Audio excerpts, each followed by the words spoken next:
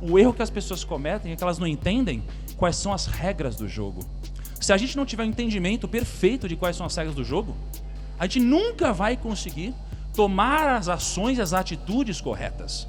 E é por isso que o evento de hoje vai falar sobre as regras do jogo. As regras que você não pode desrespeitar e aquelas que você precisa respeitar, tá? Então, por exemplo, quem aqui joga futebol? Dá uma buzinada aí. Ok. Imagina que no futebol você é um artilheiro, você é o atacante, cruza uma bola pra você, você pula e faz um gol de mão. Não vai valer, não é? Porque você feriu uma regra do jogo. Você, a não ser que você seja o Maradona, o gol não vai contar. Não vale, né? Você feriu uma regra do jogo. Se você for um zagueiro e vier alguém, um cara muito bom, ele vai te driblar e você não consegue pegar a bola desse cara, e você dá no meio desse cara, você vai ser expulso. E se você for expulso, você feriu as regras do jogo, e é por isso que isso aconteceu. E na vida também existem as regras do jogo. E essas regras do jogo, elas são muito mais claras do que parece. Eu vou provar para vocês ao longo do dia de hoje. Só que, se eu quero entender as regras do jogo para tomar atitudes diferentes, é com as opções que a gente tem disponível que a gente vai fazer escolhas melhores e a gente vai chegar no resultado que a gente busca. É isso que a gente vai fazer hoje, tá? E por que a gente precisa entender as regras do jogo? Porque tem um conceito importante e milenar que é o conceito da maçã, que eu já falei tantas vezes para vocês. Quem aqui já ouviu falando do conceito da maçã alguma vez? Dá uma buzinada. Muito bom. O conceito da maçã é o seguinte: a gente tende a buscar o fruto. Eu busquei o fruto a minha vida inteira. O fruto é, por exemplo, você buscar o dinheiro, é você buscar a riqueza material, é você buscar alguma coisa física que seja consequência de alguma coisa. É como se a gente buscasse a maçã ao invés de buscar o que produz a maçã. E a sacada da maçã, e é por isso que hoje a maçã vira um grande símbolo do primo. E o conceito da maçã é o seguinte: se eu abrir uma maçã e parti-la no meio, eu sei quantas sementes existem dentro de uma maçã, mas eu nunca vou saber quantas maçãs existem dentro de uma semente. Porque isso daqui é o que de fato a gente tem que buscar. É o poder divino da multiplicação, é a lei da semeadura. Muito mais me importa ter uma semente poderosa do que várias maçãs, que ao consumi-las, eu vou acabar com elas. É isso que a gente deve buscar. E a pessoa que busca a maçã ainda comete outro erro. O erro que ela comete é: vocês sabiam que a maçã não é um fruto? A maçã é um pseudofruto. E se a maçã é um pseudofruto, você buscar a maçã significa que você está embarcando numa jornada que não é uma jornada, é uma pseudo-jornada. Você nunca vai chegar em nenhum lugar. É como aquelas pessoas que ganham na Mega Sena. E na maioria das vezes elas quebram e perdem tudo. É como aquelas pessoas que dão um golpe de sorte. É como aquelas pessoas que fizeram um bom relacionamento no trabalho, nunca construíram nada, tiveram um grande resultado e perderam tudo porque não souberam semear, só foram atrás do fruto. Só que esse conceito da maçã é um conceito que, ao aprendê-lo, quando alguém te explica, quando alguém chega para você e fala, foca nisso, ele faz sentido. Só que alguém precisa te dizer isso. E tem algumas pessoas que podem te ajudar a chegar lá, tá? As pessoas, elas se alimentam de uma ilusão ao buscar o pseudofruto. E é isso que eu fiz durante muito tempo na minha vida, e é isso que eu percebo que a maioria das pessoas fazem. E é por isso que elas nunca vão encontrar nada, porque é só uma ilusão. Não passa de uma ilusão. Só que no conceito da maçã, quando você tem um mentor que te diz isso, você dá grandes saltos. Eu tive grandes mentores e dei grandes saltos. E a mentoria, ela pode te ajudar muito. A mentoria não é aquela mentoria necessariamente que você paga, não é isso. É o fato de você ter alguns mentores, pessoas que você confia, que já fizeram o que você quer fazer e podem te ajudar a chegar mais rápido.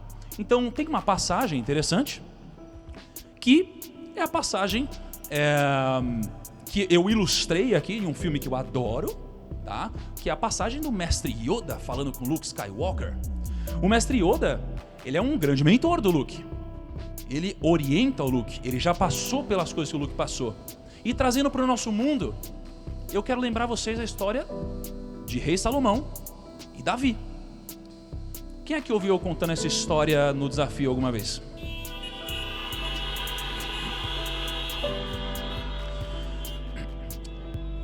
Davi era um dos guerreiros mais poderosos que existia. Ele era um dos reis mais poderosos, um dos maiores conquistadores. uma das pessoas mais ricas da história, uma das pessoas mais sábias da história. E Davi estava conversando com seu filho Salomão. Salomão era muito novo. E o Davi, ele chegou para o Salomão e ele falou o seguinte: Salomão, tá vendo tudo isso que eu tenho? Eu tenho tudo que as pessoas buscam. Eu tenho edifícios, eu tenho riquezas, eu tenho o que eu quiser, eu tenho poder, eu tenho cidades, eu conquisto tudo. Tá vendo tudo isso? Vende tudo e compra a sabedoria. Vende tudo e compra a sabedoria. Só que Salomão era muito novo. Como que ele conseguiria entender um conceito tão amplo como esse? Até que quando Salomão fez 16 anos e ele assumiu como um rei, Deus chegou até Salomão num sonho e perguntou: Salomão, o que você quer? Eu te concedo um desejo. O que você quer? Salomão tinha 16 anos de idade. O que se passa na cabeça de alguém que tem 16 anos de idade? A pessoa pode querer mulheres, homens, festas, acabar com algum amiguinho que te incomoda, ter riquezas materiais, ter tudo, tudo, menos compreensão e discernimento para pedir pelo que ele pediu, que foi sabedoria. Há um tempo atrás, um dos primos, talvez um de vocês, me fez uma pergunta numa caixinha de perguntas no Instagram, e a pergunta foi assim: Salomão foi inteligente ao pedir sabedoria, ou ele foi malandro? Porque faz sentido. Por que faz sentido? Porque se a gente entende que o que gera o fruto é a semente, então faz sentido a gente pedir a semente. E eu me questionei, continuei estudando e entendi que ele pediu isso porque ele foi mentorado por Davi, seu pai. Então, quando a gente tem mentores, a gente consegue acelerar esse processo. E é isso que eu fiz ao longo dos meus últimos quase 10 anos. Procurar por mentores, me aproximar de pessoas que pudessem me ajudar a ter mais resultado, pessoas que pudessem me ajudar a crescer mais rápido e pessoas que me dessem direção. Google. Conheci muitos bilionários, conheci milionários, conheci pessoas que eram medalhistas olímpicos, conheci CEOs de grandes empresas. E eu comecei a evoluir cada vez mais. E eu parti numa jornada de continuar o legado de Napoleon Hill, que era o legado de entender qual seria o código da riqueza. Se eu pudesse criar um algoritmo que transformasse qualquer pessoa em alguém próspero e bem-sucedido, qual seria esse algoritmo? E eu comecei a juntar uma série de pilares que estavam presentes nas pessoas mais bem-sucedidas do mundo. Até que um dia, eu estava em Portugal, jantando com um amigo meu, Thiago Brunet. Ele falou assim: Thiago, você deveria ler a Bíblia. Eu falei: quê? Bíblia? Eu não quero não, cara. Ele falou: não, cara, é sério. Leia a Bíblia como um livro de mindset. Não leia sob uma ótica religiosa. E comece por Provérbios. Eu falei: cara, acho que não. Aí ele falou assim: Thiago, sabe qual é a palavra mais citada na Bíblia? Eu falei: qual, cara? Religião, fé, Jesus, Deus. Aí ele falou assim: não, dinheiro. Eu falei: dinheiro? Não é possível. Ele falou: é dinheiro, só que sob a forma de ouro, prata, riqueza, prosperidade, outras coisas. E aí eu comecei a avançar nisso, me interessei. Ele falou: Thiago, e a segunda palavra mais citada na Bíblia é citada 5 vezes menos do que dinheiro. Então leia, só que leia o livro dos Provérbios, porque lá você tem a mensagem que vem do homem mais rico da história. Eu falei: o homem mais rico da história? Tipo Jeff Bezos? Ele: não, Rei Salomão. Eu falei: Rei Salomão? Ele foi o homem mais rico da história? Ele falou: é o homem mais rico da história. Eu falei: mas espera, ele foi o homem mais rico da história e todo o conhecimento e sabedoria acumulada de Salomão está registrada? Tudo isso está registrado? E está registrado há 4.000 anos, há tantos anos assim? Aí ele falou: é. Eu falei: então eu vou buscar a semente. Entende? Eu fui buscar a semente e eu comecei a ler Provérbios. E aí eu decidi compartilhar isso com vocês. E eu fiquei chocado porque quando eu comecei a ler, eu comecei a cruzar isso com vários bilionários que eu conheci. Eu comecei a perceber o seguinte: cara, tudo que eu estou absorvendo desses caras já estava escrito antes e funciona até hoje. Então são princípios, são como a regra da natureza. E isso deve ser respeitado. E ao ler Provérbios, o que eu percebi foi: você só tem 2 caminhos nessa vida, só 2. E esses 2 caminhos vão te levar ou ao sucesso e paz, ou à ruína e à vergonha. Você só tem esses 2 desfechos: sucesso e paz, ou ruína e vergonha. Só que esse é o resultado. Para você poder chegar no resultado, você precisa tomar as ações corretas. Então, se você seguir um caminho de sabedoria e respeitar as regras do jogo, você vai ser uma pessoa honrada, íntegra e generosa, e a sua consequência é ter sucesso e paz. Se você for uma pessoa tola e insensata, você vai trazer para você arrogância e orgulho. Isso vai te trazer ruína e vergonha. É isso que você vai trazer para você. E claro que a gente quer sucesso e paz. E como a gente quer isso, a gente precisa entender 2 conceitos importantes: o conceito de sabedoria e quais são as regras do jogo de verdade. Riqueza versus pobreza. Qual que é o oposto de riqueza, gente? Grita pra mim aí fora do carro. Qual que é o oposto de riqueza, de verdade? Qual que é? Qual que é? Preguiça, gente. Preguiça é o oposto de riqueza. Não é pobreza. Tá em livro dos Provérbios. E faz sentido. Faz sentido. Porque os preguiçosos, eles tomam decisões de não fazer alguma coisa, ao invés de fazer outra que seja muito produtiva. A preguiça, ela vai te deixar pobre ou vai te manter pobre. Ou se você é rico financeiramente, a preguiça vai te trazer para a pobreza. Porque não adianta você querer sair da pobreza se a pobreza não sai de você. E o que é a pobreza? A pobreza é a preguiça que não sai daqui de dentro. Lógico que você vai voltar. Esse é um exemplo simples. Se você investisse 10 mil reais,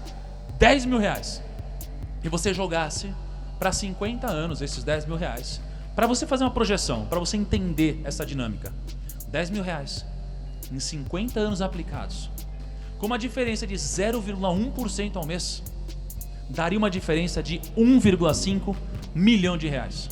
Esse é o custo da preguiça. Por que eu digo que é o custo da preguiça? Porque não é possível que alguém não consiga aumentar a sua rentabilidade em 0,1% ao mês. Tem que ser muito preguiçoso para não conseguir estudar e fazer isso. Vocês concordam comigo, sim ou não? Pô, tem que ser muito preguiçoso. Não dá. Tem que ser muito preguiçoso. Qual que é o remédio para a preguiça? A disciplina. O remédio para a preguiça é a disciplina. E qual que é o erro? As pessoas entram no erro de achar que a gente só pode começar alguma coisa quando vier a motivação, mas a motivação só vem depois de começar alguma coisa. Então, quando eu estou falando de redes sociais, enquanto as pessoas perdem tempo nas redes, elas deixam o dinheiro na mesa para outra pessoa pegar. Entende? Esse é o custo da preguiça, tá? E o outro princípio e regra do jogo que precisa ser respeitado é a tolice. A tolice, ela realmente é muito pejorativa. O que é a tolice? A tolice, ela tem 2 conceitos. É aquela pessoa que acha que sabe tudo, ou aquela pessoa que não sabe nada. Só que se a pessoa não sabe nada, ela é uma ignorante, a culpa não é dela. A culpa não é dela. Se você não aprendeu na sua casa a cuidar do seu dinheiro, a culpa não é sua. Você não aprendeu. E às vezes nem dos seus pais, porque também eles não aprenderam. Mas a partir do momento que você aprende, se você erra, você já não é mais ignorante. Agora a culpa é sua, porque agora você é um insensato. O insensato é aquele que sabe o que deveria fazer e ainda assim não faz. Esse é o insensato. Qual que é o remédio para a tolice? O conhecimento. Porque se eu não sei, eu sou ignorante, eu preciso de conhecimento. Se eu acho que eu sei tudo, eu só consigo achar que eu sei tudo porque eu não tenho conhecimento suficiente para saber que tem mais para saber. O conhecimento desbloqueia isso. Mas por que mesmo pessoas que são extremamente inteligentes, elas não conseguem aprender? Porque a maioria delas, muitas vezes, não é humilde. E uma pessoa desumilde, ela é arrogante. O arrogante não aprende. Porque você traz pessoas perto de você que são extremamente sábias e têm muito conhecimento, elas tentam te passar alguma coisa, elas te repreendem, elas te ensinam, elas falam, e você não absorve. Porque essa pessoa é aquela pessoa que já sabe de tudo. Vocês têm algum amigo que é esse tipo de pessoa que fala, não, eu já sei o que você está falando, já sei o que você está falando. Vocês têm algum amigo assim? Tem, não tem? Então não tem. É um tolo. É um tolo. E sabe o pior de tudo? Não adianta você tentar mudar essa pessoa, porque ela não vai mudar. Não adianta. Eu tinha dúvidas. Eu queria mudar o Brasil inteiro por completo. E eu fui repreendido por pessoas tolas em um momento da minha vida. E eu comecei a me questionar. Eu fui até a Viviane Senna, a irmã do Ayrton Senna. Eu falei, Viviane, tô com uma dúvida. Dá pra eu mudar quem não quer mudar? Aí ela falou assim, ó, não. Eu falei, não? Ela falou, não. Eu falei, então tá bom. Então eu só vou falar com quem quer aprender. E é por isso que eu passei a mudar um pouquinho a minha abordagem. E não adianta você querer repreender um tolo. Só repreenda os sábios. Esse é um grande aprendizado. Regra do jogo. Imediatismo. Essa é uma regra do jogo que precisa ser respeitada. Eu quero que vocês foquem nisso aí. Os homens mais ricos do mundo. Eu separei alguns dos homens mais ricos do mundo, tá? Bill Gates, Warren Buffett, Bernard Arnault, Carlos Slim, Amancio Ortega, Larry Ellison e Michael Bloomberg. O que esses caras têm em comum? Fala aí. Ah, é isso que eles têm em comum? Cabelo branco, né, gente? O que os homens mais ricos do mundo têm em comum, geralmente, é o cabelo branco. Se você for puxar a lista da Forbes e pegar os homens mais ricos do mundo, eles têm cabelo branco. É o que eles têm em comum. Porque o processo do enriquecimento leva tempo. O processo do crescimento em qualquer área da vida leva tempo. Em qualquer área. Tá? E eu quero mostrar um vídeo para vocês. Assista esse vídeo rapidinho. Aqui a gente tem uma semente de feijão. E quando você planta uma semente de feijão, o que acontece é que antes de essa semente crescer para fora, ela cresce para dentro. As raízes dela crescem antes de ela crescer para fora. Então qualquer processo de crescimento, ele vem de dentro para fora. A gente precisa primeiro aqui dentro entender quais são as regras do jogo. Quem a gente é, onde eu quero chegar. E depois disso, olha como ela cresce. Mas primeiro é aqui dentro. Depois é fora. E a segunda coisa que eu quero que vocês entendam é que a gente já sabia que aquela semente iria virar um negócio desse. Mas mesmo sabendo, e mesmo essa semente já sendo esse algo maior, isso precisa de tempo. Então, você já pode saber de várias coisas, não por isso você merece ter agora, mas é um processo. Por isso que eu sempre digo que ter dinheiro é diferente de ser rico. Porque quem tem dinheiro quebra e não produz mais. Quem tem dinheiro, por algum acaso, por alguma eventualidade da vida, não mantém isso. Perde e entrega tudo de novo. E você primeiro cresce dentro, depois fora. Tá? Isso é o que eu quero passar sobre imediatismo com uma lição simples da sementinha do feijão. Tá? O que eu entendi foi o seguinte: Henry Ford fundou a Ford. Algo grandioso, algo que mudou a história dos Estados Unidos e talvez do mundo. Mas, antes disso, ele foi um perdedor. E tá tudo bem. Ele fracassou várias vezes. E o fracasso faz parte do jogo. Você deve ter fracassado várias vezes e você tá aqui. As pessoas mais bem-sucedidas do mundo fracassaram várias vezes e criaram várias coisas grandes. Se você pegar a história do Henry Ford e você pegar o momento anterior a ele fundar a Ford, ele tinha acabado de ser demitido da Automobile Detroit Company. Ele foi demitido. E naquele momento, como estava a cabeça dele? Como que o mundo olha para ele? Alguém que fracassou. Só que fracassar não é ser fracassado. O fracasso, como eu já disse, é uma vírgula, não é um ponto final. Só que nesse momento, a nossa cabeça prega uma grande peça na gente. Existe um conceito que o nosso lado negativo aplica dentro da gente, que acaba com algumas pessoas e não tem volta. É o conceito da distorção do tempo. Por quê? O fracasso é momentâneo, não é eterno. Mas algumas pessoas deixam o efeito da distorção do tempo fazer algo negativo na sua cabeça, que é distorcer o tempo do fracasso e jogar isso para o longo prazo. Só que se a gente distorce o tempo do fracasso e joga isso para o longo prazo, logo a gente é fracassado. Então, quando a gente distorce o tempo, a gente ressignifica a realidade. E a gente não pode deixar isso acontecer, porque o fracasso faz parte do processo. O fracasso é a natureza te dizendo que esse não é o caminho. Henry Ford fracassou. Não deixou o tempo ser distorcido dentro da cabeça dele. Não deixou o fracasso ressignificá-lo. E logo depois ele fundou a Ford. Ele continuou. O fracasso é a natureza falando assim, cara, não é por aqui, vem por aqui. Não é por ali, é pelo outro lado. É resiliência. E eu quero agora que vocês olhem para esse vídeo e que vocês entendam o como a gente é pequenininho aqui na Terra, gente.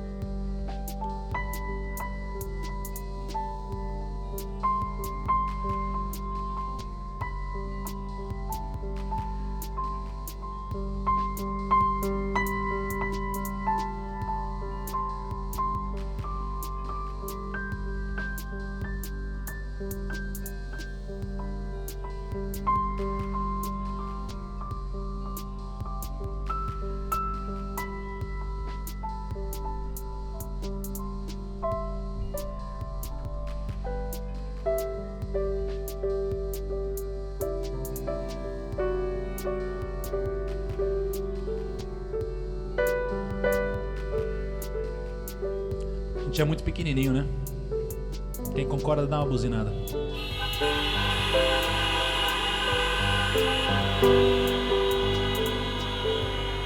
A gente é muito pequenininho, gente.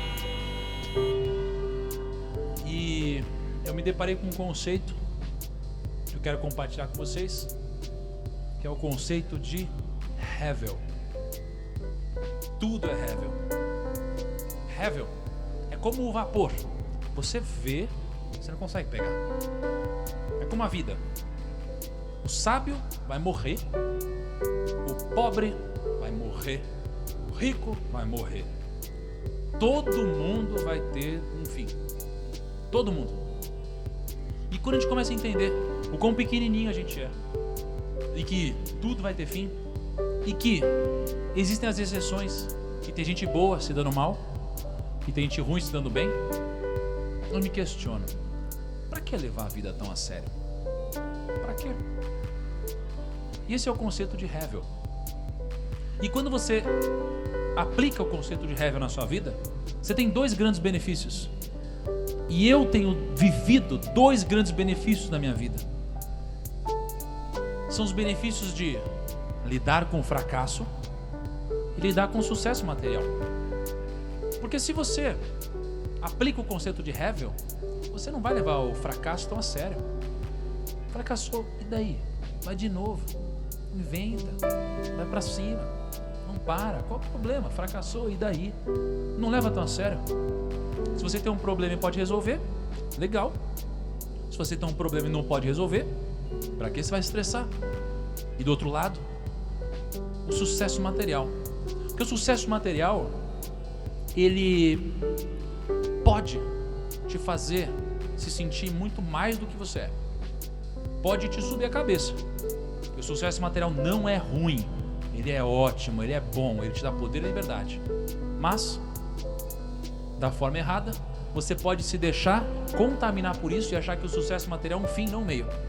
E se você entende que, não vou levar isso tão a sério, você entende que isso não vai acontecer na sua vida. O sucesso material não vai te consumir, porque tudo é Hevel. Então, se você aplicar esse conceito, você tem dois benefícios. O fracasso não vai te machucar e o sucesso material não vai te subir a cabeça. É isso que eu tenho aplicado na minha vida.